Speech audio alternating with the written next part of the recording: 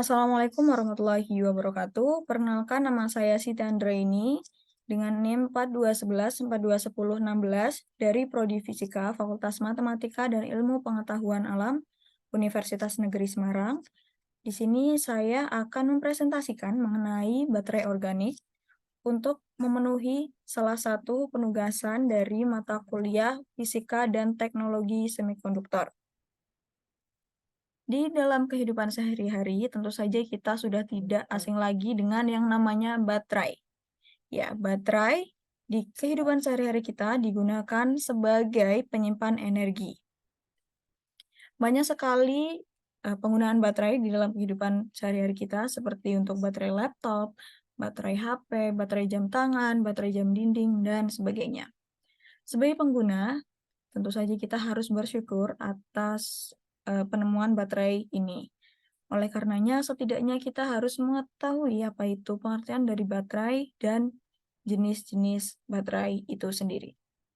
Oke, untuk pengertiannya, baterai adalah salah satu piranti elektronik yang digunakan sebagai penyimpan energi.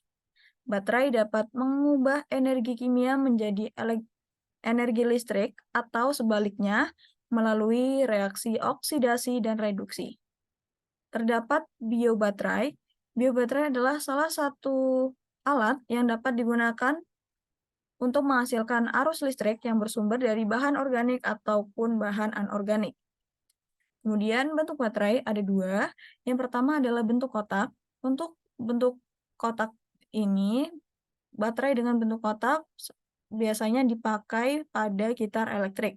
Untuk yang kedua, terdapat baterai dengan bentuk silinder atau tabung yang biasanya sering kita jumpai pada baterai jam dinding, jam tangan, dan lainnya. Kemudian, di dalam baterai ini terdapat elektroda. Nah, pada bidang penyimpanan energi elektroda, di sini elektroda organik dipercaya dapat menjadi salah satu penemuan yang menjanjikan dan ramah lingkungan. Dengan biaya rendah, energi organik diharapkan dapat diproduksi dalam skala besar di masa yang akan mendatang. Kemudian, di sini kita akan membahas mengenai prinsip kerja atau proses yang terjadi pada baterai. Untuk yang pertama, terdapat proses pengosongan, yakni proses pengubahan energi listrik menjadi energi kimia. Dan yang kedua, terdapat proses pengisian, yakni proses pengubahan energi kimia menjadi energi listrik. Pada proses pengosongan, jika baterai dihubungkan dengan beban, maka elektron yang mengalir ke elektroda positif dengan melalui beban dari elektroda negatif, kemudian ion-ion negatifnya akan mengalir ke elektroda positif, serta ion-ion positifnya akan mengalir ke elektroda negatif. Arus-arus listrik juga dapat mengalir karena adanya elektron yang kemudian bergerak dari elektroda sel dengan melalui reaksi ion antara molekul elektroda dengan molekul elektrolit sehingga memberikan jalan bagi elektron untuk mengalir.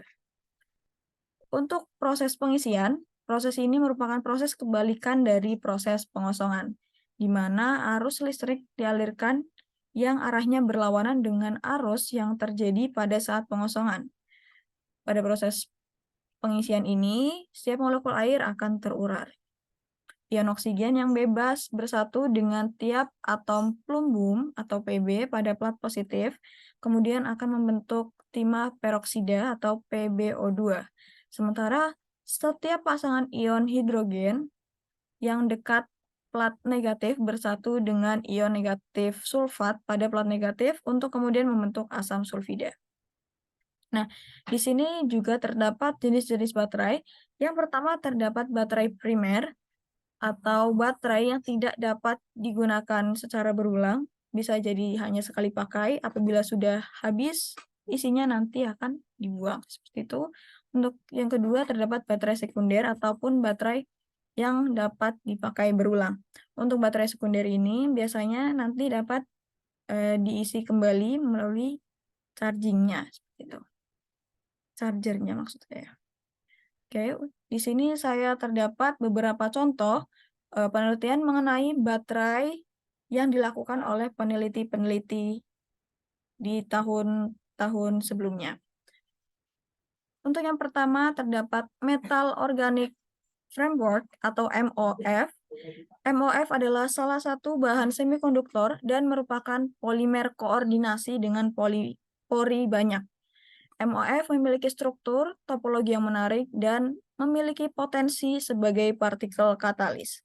Dalam pemanfaatan MOF, biasanya ligan ditambahkan untuk menyusun dan meningkatkan struktur topologinya. Jadi MOF ini digunakan sebagai sebuah seperti wadah seperti itu yang digunakan untuk seperti penyusun pada baterai itu sendiri. Oke, kemudian terdapat baterai litium. Baterai litium terkenal sebagai baterai yang memiliki mobilitas elektronik yang baik, dan pada umumnya baterai litium ini dapat digunakan sehari-hari di kehidupan kita. Baterai litium memiliki penyusun utama, yakni tentu saja bahan litium. Salah satu baterai ini adalah baterai litium bromin, dan terdapat juga baterai ion litium. Oke, berdasarkan penelitian Benjamin dan kawan-kawan, pada tahun 2022 yang meneliti mengenai metal organic framework yang terkarbonisasi pada baterai lithium bromin, didapatkan bahwa baterai MOV dengan lithium bromin dianggap sebagai baterai yang sangat reversibel dengan kepadatan energi 900 watt-hour per gram.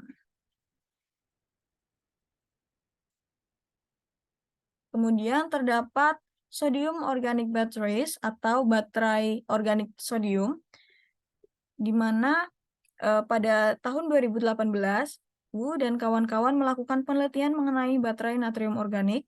Mereka menyampaikan bahwa baterai natrium organik dikarboksilat berbasis sodium humate memiliki kapasitas pelepasan sebesar 133 mA per gram, densitas arusnya 500 mA per gram, dengan resistensi kapasitas 91,6% selama 2000 siklus. Penambahan Na2Ha pada baterai juga dapat menekan biaya produksi dan menjadikan baterai yang ramah lingkungan. Selain itu, gugus Na2Ha memiliki sifat yang stabil dan reversibel. Jika dibandingkan dengan lithium ion batteries atau LIB atau baterai lithium yang sudah dibahas sebelumnya, dan kecepatan dan daya siklus yang tinggi, sodium ion batteries atau SiB ini dapat digunakan untuk bahan elektroda yang lebih unggul. Eksperimen dilakukan menggunakan Na2Ha dengan konsentrasi 99,97% dan suspensi oksida grafin atau GO yang telah disiapkan menggunakan metode Hammer yang dimodifikasi. Oke, mungkin itu saja yang dapat saya sampaikan mengenai baterai organik. Semoga bermanfaat. Apabila ada salah-salah kata ataupun salah ucapan, saya mohon maaf. Dan apabila terdapat ilmu yang kurang, bisa ditambahkan di kolom komentar. Sekian, terima kasih. Wassalamualaikum warahmatullahi wabarakatuh.